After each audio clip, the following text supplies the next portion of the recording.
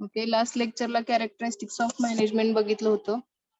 आता ह्या लेक्चरला आपण प्रिन्सिपल्स बघणार आहोत. Okay, principle by F W. Taylor म्हणजे F W. Taylor's principle of management आणि हेनरी फेवलचे प्रिन्सिपल आपण बघणार आहोत. आणि ह्याच्यात सेकंड पार्ट मध्ये लेवल्स ऑफ मॅनेजमेंट आणि फंक्शन्स ऑफ मॅनेजमेंट बघणार आहोत.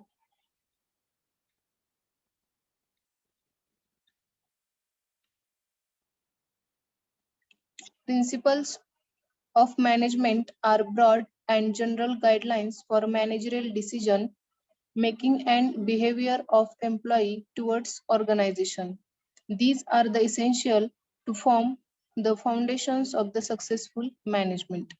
The principles मॅनेजमेंटचे प्रिन्सिपल्स का डिझाईन केले असतील किंवा कशासाठी सांगितले असतील तर मॅनेजरच्या डिसिजन म्हणजे मॅनेजरला डिसिजन घेण्यासाठी मदत व्हावी आणि एक चांगल्या प्रकारचं फाउंडेशन क्रिएट व्हावं. म्हणजे एखादा ट्रस्ट असतो किंवा एखादी कंपनी असते, त्याचे काहीतरी रूल्स असतात, त्याचे काहीतरी प्रिन्सिपल्स असतात, तर ते फॉलो केले तर ते सुरळीत चालतं. ओके, तर असे मॅनेजमेंटचे पण काही प्रिन्सिपल्स आहेत जेणेकरून मॅनेजरला काहीतरी गाईडलाईन्स भेटतील आणि एम्प्लॉईचं पण बिहेवियर वगैरे कसं असायला पाहिजे ते या प्रिन्सिपल्स मध्ये सांगितलं गेले. आता त्याच्यामध्ये दोन इम्पॉर्टंट थेरी आहेत. त्याच्यामध्ये फर्स्ट आहे एफ.डब्ल्यू. टेलरचे प्रिन्सिपल आणि सेकंड आहे ते हेनरी फेवलचे प्रिन्सिपल. ओके, फर्स्ट हेनरी फेवलचे आपण आज बघणार आहोत प्रिन्सिपल्स.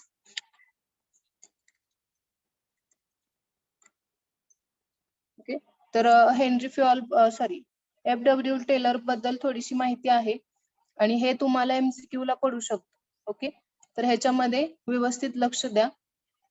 एफ.डब्ल्यू. टेलरचं पूर्ण नाव आहे Frederick Winslow Taylor.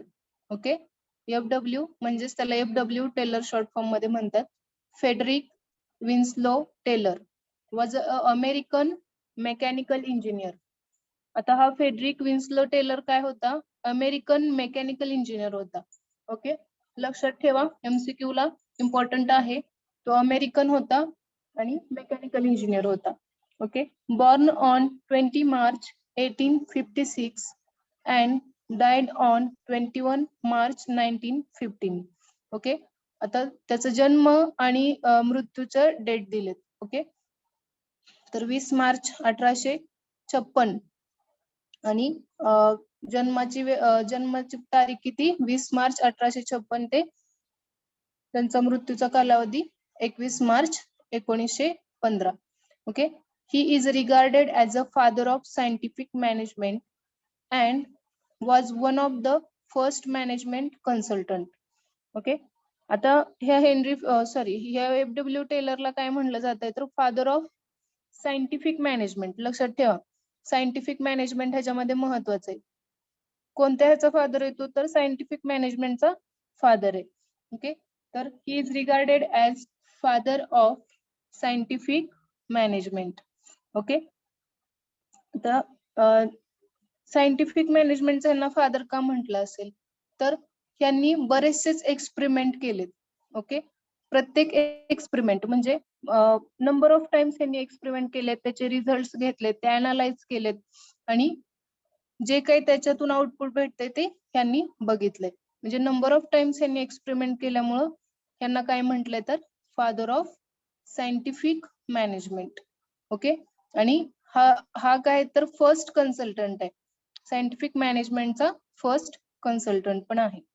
Okay, he started his career as a mechanist in 1875.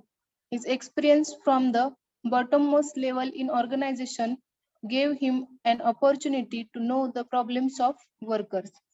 आता ह्यांनी यांचं करिअर स्टार्ट केल्यापासून ह्यांनी बॉटम मोस्ट लेवल म्हणजे एम्प्लॉई पासून ते टॉप लेवल मॅनेजमेंट म्हणजे एम्प्लॉई पासून ते मॅनेजर पर्यंत ह्यांनी वर्क केल्यामुळं त्यांना एम्प्लॉईच्या ज्या काही समस्या आहेत त्या कळतात. ओके, लक्षात आली एफ.डब्ल्यू. टेलर बद्दलची माहिती. एकतर एफ.डब्ल्यू. टेलरचं पूर्ण नाव काय आहे?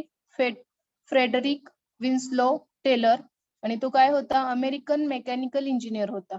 Okay, American mechanical engineer. Born on 20 March 1856 and died on 20 March 1915. Okay, sorry, 21 March 1915. He is regarded as father of scientific management. त्यांना scientific management चा father म्हटलं आहे. Okay, and was one of the first management consultant. Management consultant म्हणजे आता management मध्ये guideline करणारा हा पहिला माणूस आहे. ओके, म्हणजे बऱ्यापैकी लोकांमध्ये हा सुद्धा त्याच्यामध्ये येतो. Okay, he started his career as machinist in 1875. म्हणजे 1875 ला ज्यावेळेस त्यांनी करिअर स्टार्ट केलं त्यावेळेस त्यांनी एम्प्लॉई पासून ते मॅनेजर पर्यंतचा प्रवास केला असणार आहे.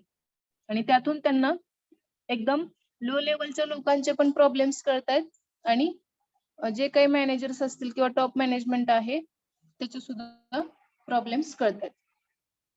म्हणजे वर्कर्सचे काही प्रॉब्लेम असू शकतात ते त्यांच्या लक्षात येत आहेत.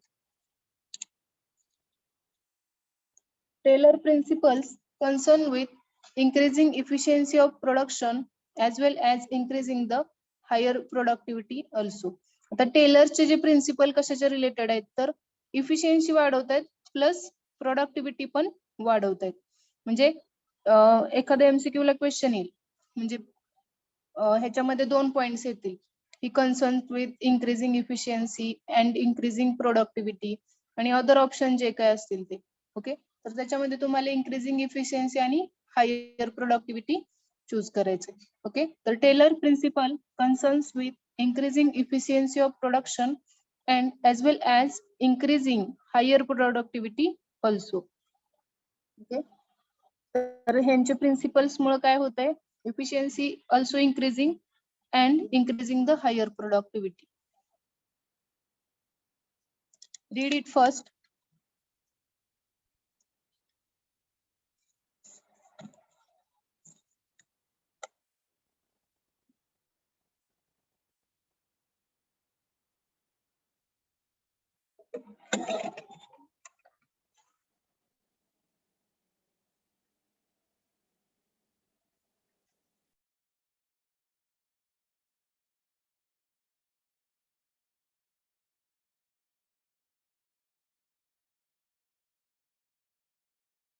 All of you read it.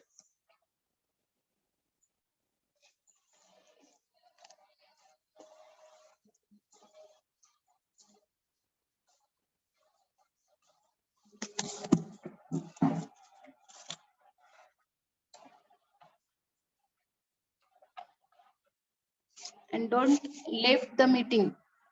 Okay, 52 students are present and now only 49 students.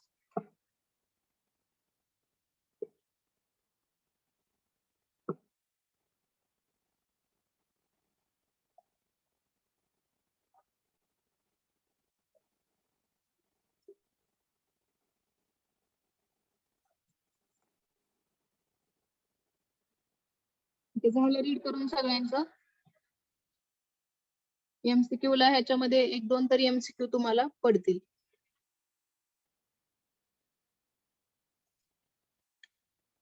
Next आता आपण प्रिन्सिपल्स बघूयात. एफडब्ल्यू टेलरचे प्रिन्सिपल्स.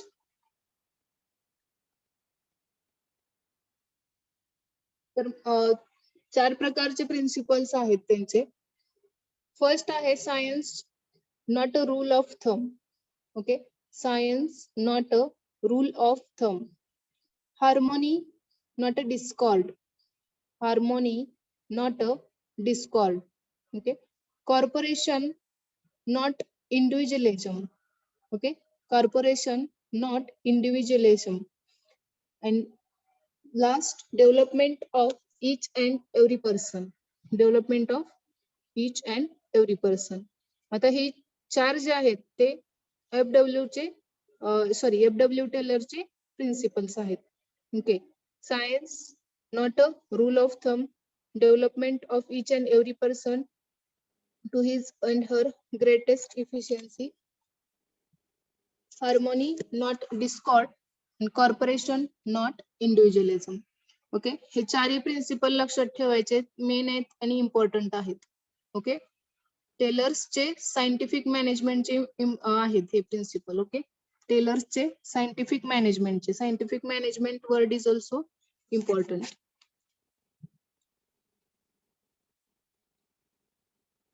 मॅडम ते एक्सप्लेन करा ना.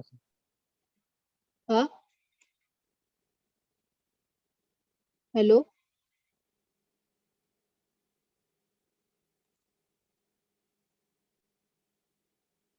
वाचायचंय का तुम्हाला हे?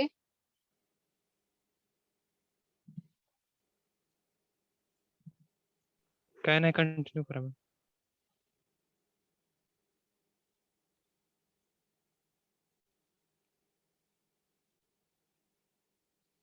ओके, तर FW टेलरची प्रिन्सिपल बघा. Science not a rule of thumb. आता science not a rule of thumb का म्हटलंय, तर इथं सायन्सचा विचार घेऊन किंवा सायन्स सायंटिफिक थ्रू ह्यांनी काय केलेत, त्यांचे प्रिन्सिपल्स फॉलो किंवा काय म्हणू शकतो, त्यांचे प्रिन्सिपल्स यांनी फॉर्म केलेत.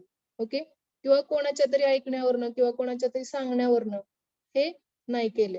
दिस means using scientific methods to study work and determine the most efficient way of performing specific tasks instead of working by rule of thumb or habit. आता एखाद्याचं कसं असतं बघा, मी जे म्हणतोय तेच खरं, त्याला काय म्हणू शकतो आपण, रूल ऑफ थंब. पण हे चुकीचं आहे. ह्याच्यामध्ये काय करायला पाहिजे, सायंटिफिक मेथड्स यूज करून, त्या स्टडी करून, त्याच्यावरती अभ्यास करून काय करायचं, आपल्याला डिफरंट वेज, म्हणजे जे काही डिफरंट इफिशियंट वेज आहेत ते आपल्याला फाइंड आउट करायचे, ना की कोणतरी सांगते नाही हेच खरं आहे, तेच खरं आहे, हे असंच असायला हवं, तसंच असायला हवं. तर हे not a rule of thumb, rule of thumb नुसार नसायला पाहिजे. ओके, जे काय असेल ते सायंटिफिकली असायला पाहिजे. Okay, this means using scientific methods to study work and determine the most efficient way of performing specific task. एखादा टास्क परफॉर्म करायचंय तर कोणत्याही पद्धतीने किंवा कसाही चालून कसाही परफॉर्म करून चालणार नाही. ओके, तर त्यासाठी सायंटिफिक मेथडचा यूज करायला पाहिजे. ओके, सायंटिफिक मेथडचा यूज करायला पाहिजे. वर्क म्हणजे जे काही आहे ते त्याच्यावरती स्टडी करून त्याच्यामधून इफिशियंट वे आपल्याला फाइंड आउट करून मग तो टास्क व्यवस्थित कम्प्लीट होणार आहे. ओके, मग फर्स्ट प्रिन्सिपल काय आहे, science not a rule of thumb, म्हणजे सायन्सचा यूज करायचा आहे, रूल ऑफ थंबचा यूज नाही करायचा. Okay, development of second principles बघा. Development of each and every person to his or her greatest efficiency. Development of each and every person to his or her greatest efficiency. आता जो कोणी employee असेल किंवा जो कोणी वर्किंगला तिथं असेल तर त्याची डेव्हलपमेंट ही व्हायला पाहिजे. ओके, एव्हरी पर्सनची डेव्हलपमेंट ही व्हायलाच पाहिजे. मग त्यासाठी काय म्हणतो आपण, त्यांच्यासाठी वर्कशॉप्स घेतो किंवा वेगवेगळे वेबिनार्स असतात, सेमिनार्स असतात. तर employee should be scientifically selected and placed depending upon their skills, capabilities and aptitude. They should be provided proper training to learn the best method of doing job. आता employee ज्यावेळेस आपण select करणार आहे, okay, तर ते scientifically म्हणजे आपल्या इथं जरी कॉलेजमध्ये म्हटलं एखादी कंपनी आली तर सिलेक्शन प्रोसेस कशी राहते, त्यांच्या अगोदर काहीतरी टेस्ट असते, त्याच्यानंतर सेकंड ऍप्टिट्यूड टेस्ट असते, त्याच्यानंतर त्यांचा ग्रुप डिस्कशन वगैरे, आणि त्याच्यानंतर काय असतं तर इंटरव्ह्यू असतो. ओके, आणि त्यातून मग तो सिलेक्ट झाला तर त्याला ट्रेनिंग प्रोव्हाइड केलेलं असतं. ओके, म्हणजे त्याचे स्किल्स जसे जसे इम्प्रूव्ह होत जात आहेत, जसे डेव्हलप होत जात आहेत, तसं त्याला पुढची ऑपॉर्च्युनिटी मिळते. म्हणजे ज्याच्याकडे स्किल्स आहे, ज्याच्याकडे कॅपॅबिलिटीज आहेत, ओके, तर त्यांना सायंटिफिकली सिलेक्ट करायला पाहिजे. ओके, लक्षात येत आहे का? येस और नो, लक्षात येते का सगळ्यांच्या? Are you present for lecture?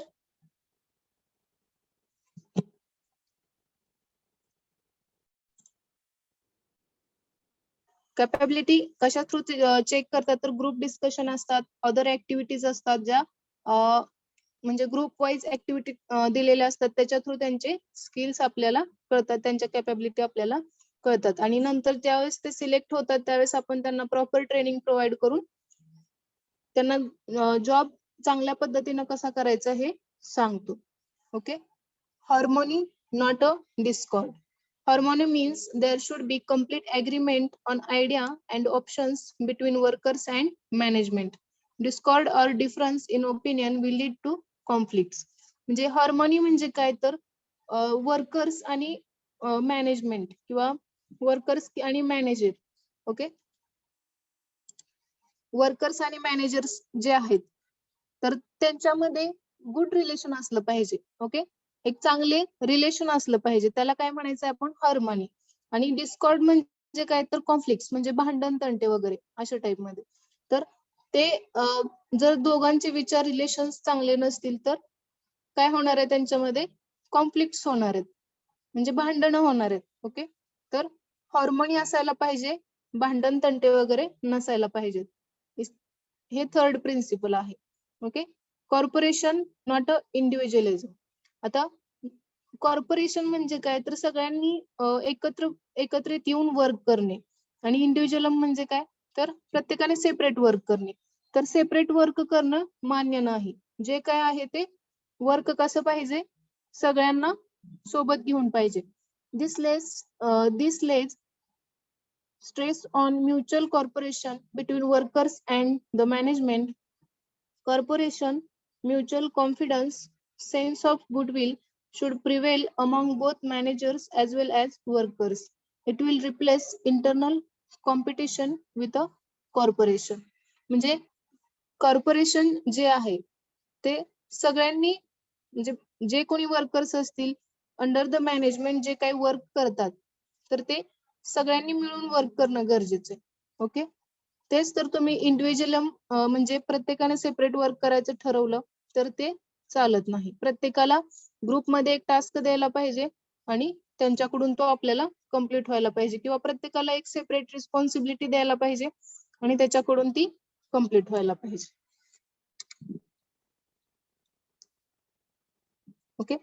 Next बघा, maximum output in place of restricted output. आता हे त्याच्यामध्ये नाहीये पण आपल्या सिलेबसला हे दाखवते, त्यामुळे हे 2 पॉइंट्स पण आपण घेऊयात. Maximum output in place of restricted output. आता ह्याच्यामध्ये ह्या प्रिन्सिपल मध्ये काय सांगायचंय तर by maximising the production efficiency the earnings of employee and employer will also increase. म्हणजे ज्यावेळेस कंपनीला मॅक्झिमम आउटपुट मिळणार आहे किंवा काय म्हणतो जास्त अर्निंग होणार आहे, जास्त अर्निंग मिळणार आहे, त्यावेळेस आपोआपच एम्प्लॉई आणि एम्प्लॉयरला पण फायदा होणार आहे.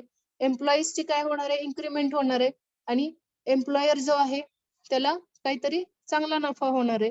त्यामुळं maximum output in place of restricted output. Maximum output पाहिजे, आउटपुट रिस्ट्रिक्टेड नकोय. ओके. फायनान्शियल नेक्स्ट आहे फायनान्शियल इन्सेंटिव्ह.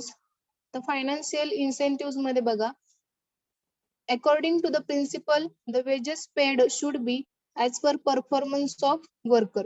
आता जो कोणी वर्कर आहे त्याच्या परफॉर्मन्स नुसारच आपण त्याला पेमेंट देणार आहे. तो जर वर्क करत नसेल, त्याचं वर्क खूप कमी असेल तर त्याला उगीच हायर पेमेंट देऊन उपयोगाचं नाही. An efficient worker should be paid more than an inefficient worker. This will motivate the workers to become more efficient.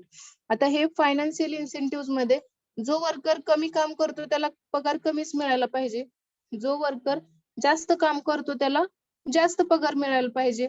Obviously ते असंच असायला पाहिजे. पण जर एखाद्याला काम कमी आहे आणि पगार जास्त असेल तर दुसऱ्याला काम करण्याची इच्छा होईल का, मी जास्त काम करतोय आणि तो पगार जास्त घेतोय. ओके. तर हे असं नकोय. ओके. त्यामुळं वेजेसचे पण प्रिन्सिपल्स ह्याच्यामध्ये सांगितले गेले, सॅलरी रिलेटेड. ह्याच्यामध्ये काय तर ज्यानं जास्त इफिशियंट वर्क करतोय त्याची सॅलरी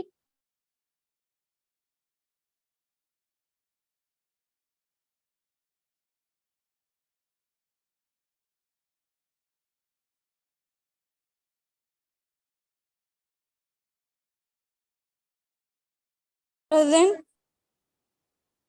12 present, 13,